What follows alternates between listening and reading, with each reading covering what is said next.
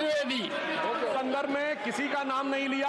अजीज बर्नी की किताब थी 2611 एंड आरएसएस कॉन्स्पिरेसी, कोई जाके चेक कर ले उसमें कौन कौन कहां कहां था। अब मैं मुसलमानों के बारे में कहना चाहता हूं, मुस्लिम समाज के लिए। बहुत से लोग ऐसे हैं जिनको मुस्लिम समाज की हिस्ट्री नहीं पता है। मैं बताना चाहता हूं, भारत से जब न्यूमेरिक सिस्टम सबसे पहले गया तो अल जहर थे सबसे पहले, जिन्होंने जाके 1793 में जो सूर्य सिद्धांत था उसका अरबी में ट्रांसलेशन हुआ सिंध हिंद। और हम बता रहे हैं हम किस तरह के मुस्लिम को साथ रखते हैं। डॉक्टर कलाम से बड़ा आलिम इस्लाम में साइंसदान नहीं हुआ, और आरिफ मोहम्मद खान साहब जो बिहार के गवर्नर हैं उनसे बड़ा आलिम फाजिल मुसलमान आज सियासी जमात में तो नहीं होगा, ये मैं दावे के साथ कह सकता हूं। मगर मैं बताना चाहता हूं सर, उसके बाद उन्होंने एक किताब लिखी, एक सर 10th सेंचुरी के मुस्लिम राइटर थे जिन्होंने किताब लिखी, उसका नाम था the compendious book of balancing and completion according to Hindu calculation, जिसको शॉर्ट में अल जब्र कहा गया, और वहां से अलजबरा निकला। और सर उसके बाद अल ख्वारिज्म आया। और सर आज मेरे ख्याल से सदन के बहुत से लोगों को नहीं पता होगा, ये जो एल्गोरिथम वर्ड है ये अल ख्वारिज्म से आया हुआ है। एक जमाने में इस्लाम में बैतुल हिकमत था, यानी वो सबसे बड़ा हिकमत का केंद्र था। जब एक से एक लोग होते थे, बहुतों को नहीं पता होगा कि कोलंबस ने जिस नक्शे के थ्रू दुनिया ट्रेवल किया था वो बनाने वाला भी एक मुस्लिम था, अल इदरीसी। मगर सर एल्गोरिथम आज ऐसा बदला कि एआई के एज में दलगत भावना से ऊपर उठकर औरंगजेब के साथ खड़े हो गए।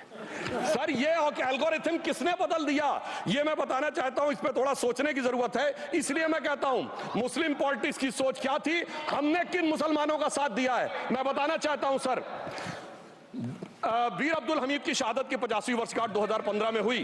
प्रधानमंत्री मोदी जी ने उनके पूरे परिवार को और उनकी पत्नी को बुला के सम्मानित किया, और इन लोगों ने उस यासीन मलिक को, जिसके ऊपर 3 एयरफोर्स के ऑफिसर्स को हत्या करने का आरोप था, वो प्रधानमंत्री आवास में सर साफ दिखाई पड़ता है कौन किसके साथ खड़ा हुआ है, कौन किस तरह के मुसलमान के साथ खड़ा हुआ है। और सर मैं ये भी कहना चाहता हूं सर, ये सर अपने टर्न पे बोलिए सर, पिछले 30-35 सालों से हुआ खड़ा किया जा रहा है। 1990 में जब राम मंदिर आंदोलन हुआ, कहा गया बीजेपी आएगी उत्तर प्रदेश में खा जाएगी। सर बीजेपी आने के बाद उत्तर प्रदेश में जानते क्या हुआ सर, 22 साल से शिया सुन्नी के बीच में जो दंगे चलते थे और मदे साबा का जुलूस नहीं निकलता था, शिया समुदाय का मदे साबा का जुलूस लखनऊ में हमारी सरकार में निकलना शुरू हुआ। और उसके बाद कहा गया केंद्र में भाजपा आएगी तो खा जाएगी। सर अटल जी की सरकार आई, इतनी शानदार स्थिति रही। उसके बाद कहा गया गुजरात में आएगी तो भाजपा खा जाएगी। सर गुजरात का मुसलमान आज सबसे समृद्ध मुसलमान है, सबसे ज्यादा जकात वहां से आता है। उसके बाद कहा गया मोदी जी की सरकार आएगी तो क्या होगा। सर मोदी जी की सरकार आने के बाद हमारे साथियों ने बताया है अल्पसंख्यक समुदाय के 70% लोग हैं जिनको किसी न किसी एक योजना का लाभ जरूर मिला है। और सर फिर कहा गया सीए आएगा तो नागरिकता छिन जाएगी।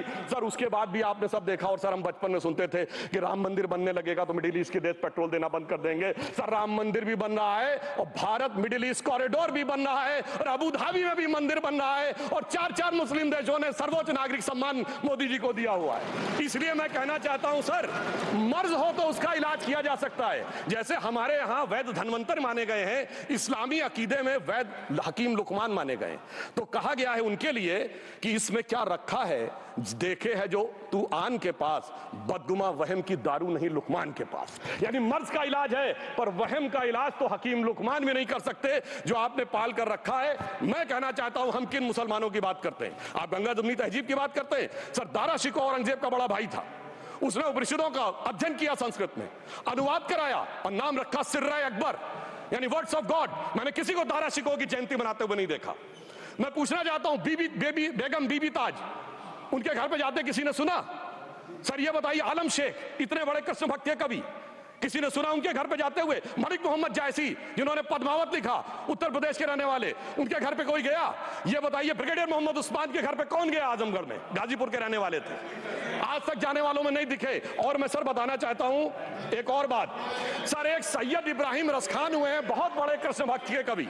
सर जिन्होंने क्या लिखा, उन्होंने कहा मेरा अगला जन्म हो तो भी मैं कृष्ण भक्ति बनना चाहूंगा, मनुष्य बनूं तो ग्वाल बाले के रूप में, और पशु बनूं तो गाय के रूप में। उन्होंने कहा मानुस हो तो वही रसखान, बसों ब्रज गोकुल गांव के ग्वारन, जो पशु हो तो कहा बस मेरो चरो नित नंद की धेनु मजारन। सर उन्होंने कहा गायों के बीच में नंद बाबा की गायों में जन्म लेना चाहूंगा।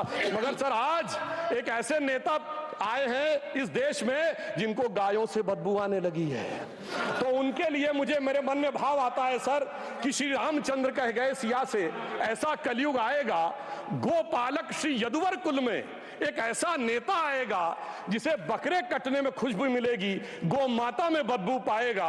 रामचंद्र कह गए सिया से कैसा कलयुग आएगा। अब सर मैं एक और बात भी कहना चाहता हूं, हम किनको मानते हैं सर? नजीर अकबराबादी को सुनिए, कृष्ण भक्त के लिए क्या कहा। सर मैं एक बोलना चाहता हूं, बुल्ले शाह ने क्या कहा? बुल्ले शाह ने कहा, अभी होली गुजरी है, उसने कहा था आज होली खेलूंगी मैं, कर बिस्मिल्लाह। उन्होंने आगे कहा, अलस्तु बि रबिकुम प्रीतम बोले, सब सखियों ने घूंघट खोले, नाम नबी की रतन चढ़ी, सुनिएगा, नाम नबी की रतन चढ़ी और बूंद पड़ी अल्लाह अल्लाह, आज होली खेलूंगी मैं, कर बिस्मिल्लाह। तो मैं भी कहता हूं अब बिस्मिल्लाह करिए और उसके बाद हमारे इस सहयोग करिए, इस सकारात्मक उसका, वरना अल्हम्दुलिल्लाह जो हम मुसलमानों के लिए और देश के लिए करना चाहते हैं उसमें हमें सफलता जरूर मिलेगी। अंत में मैं सिर्फ ये कहना चाहता हूं सर, तमाम प्रकार की बातें यहां पर हुई, सकारात्मक और नकारात्मक, मगर अफसोस की बात यह है कि 1913 के वक्फ वाल औलाद से लेके 2013 के वक्फ वाल औलाद तक इनकी फितरत नहीं बढ़ती, क्योंकि सर ये तो पार्टियां ही अल औलाद हैं, तो इनको तो उससे बहुत ज्यादा वो होगी। पर मैं सिर्फ अंत में कहना चाहता हूं सर, अपनी सोच बदलिए।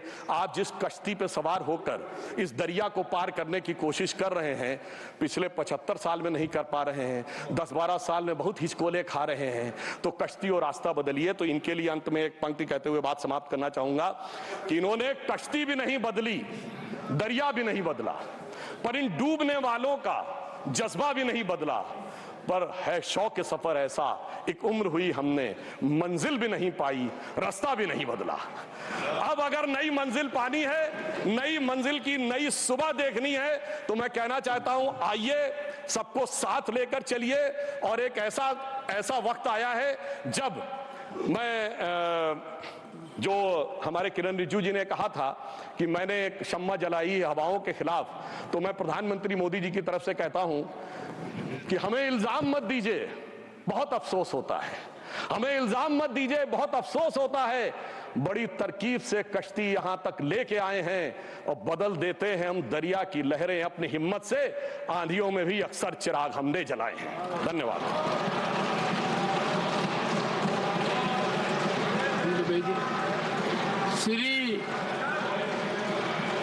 श्री जावेद अली खान, क्या पॉइंट ऑफ ऑर्डर?